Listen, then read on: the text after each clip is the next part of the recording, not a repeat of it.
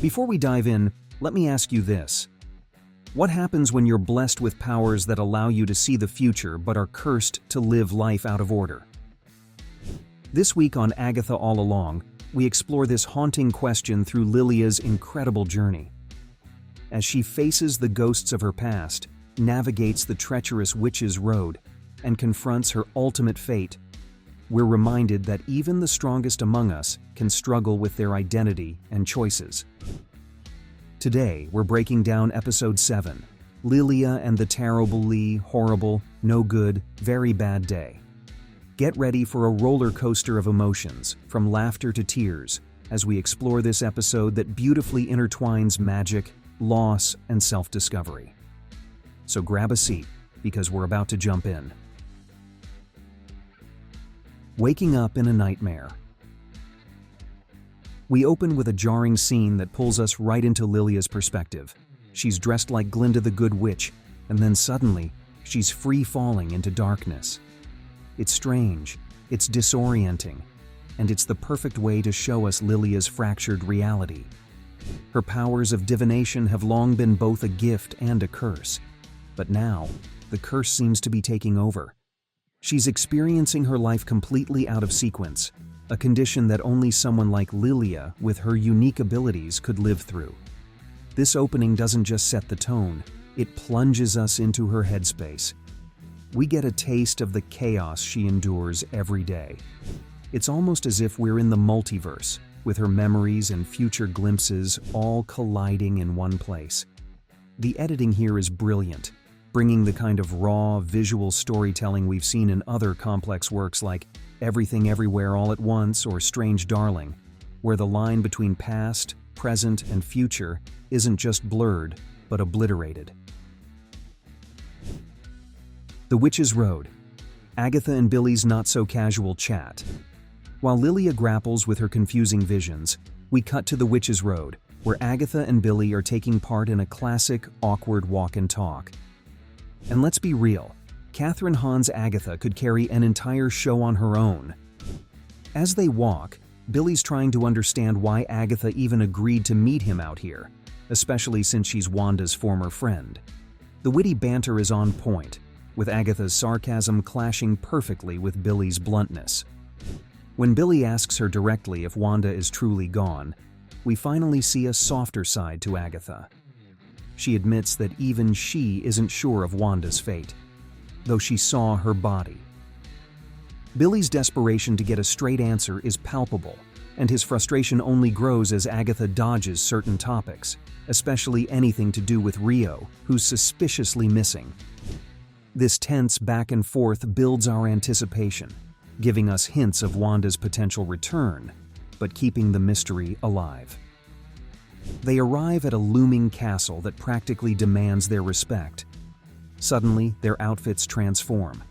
Agatha's channeling the Wicked Witch of the West, while Billy's giving us major Maleficent vibes. It's both hilarious and eerie, a reminder that in this world, magic seeps into everything, including their very identities. The costumes might be funny, but they also hint at the darker road ahead. The pair heads inside, where they find a tarot table with a flipped timer, and the real trial begins. Lilia and Jen, a heart-to-heart in the darkness. Meanwhile, Lilia is off on her own bizarre journey, lost deep in the winding caves of the Witch's Road with her friend Jen.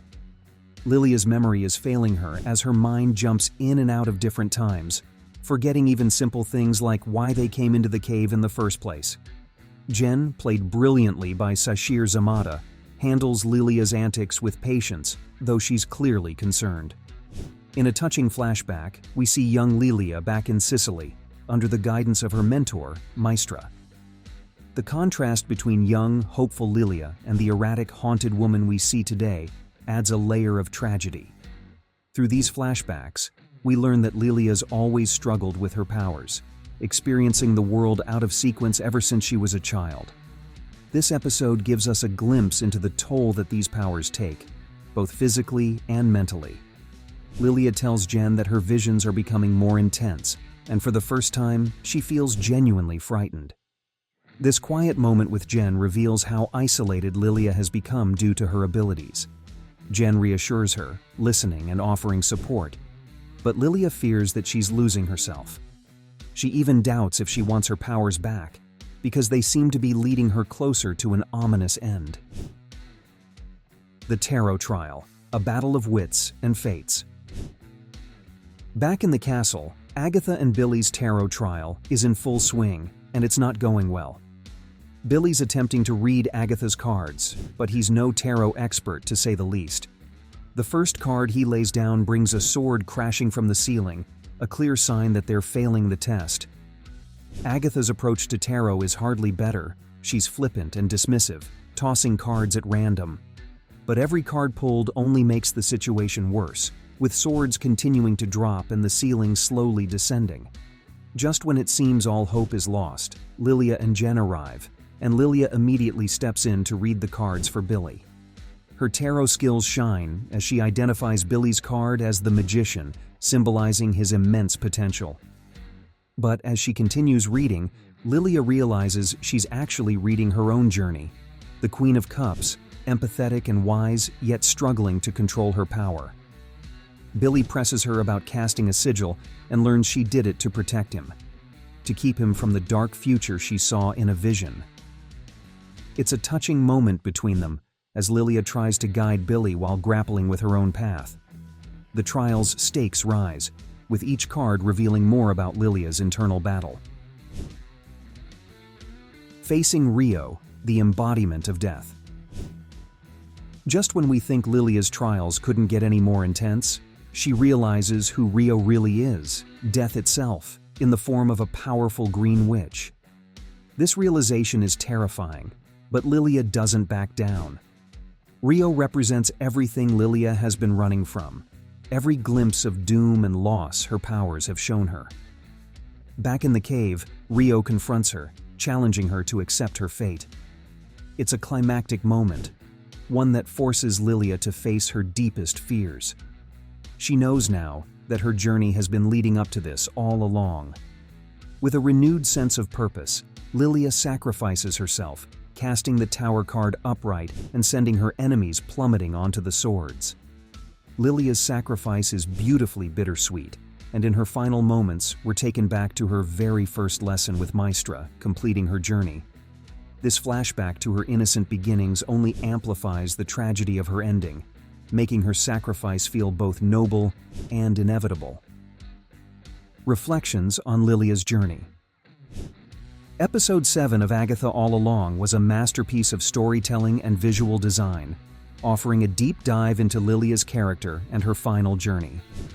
Patti LuPone's portrayal was stunning, capturing the heartbreak and resilience of a woman whose powers ultimately became her undoing. And let's not forget how every supporting character, Jen, Billy, and Agatha, had their own moments to shine, each bringing humor, warmth, or tension to the episode. With only 2 episodes left in the season, the stakes have never been higher. The mystery surrounding Wanda's fate, the hint of a showdown with Rio, and the impact of Lilia's sacrifice all point to an epic finale. There's no telling where Agatha's story will lead, but one thing is certain: Agatha All Along is leaving a lasting mark on the MCU. If you're as excited as I am for the finale, make sure to subscribe for weekly deep dives into each new episode. Comment below with your theories on what's next for Agatha and the gang. And of course, let's pour one out for Lilia, a true Queen of Cups who sacrificed everything for those she loved. Thanks for watching, and I'll see you in the next episode breakdown.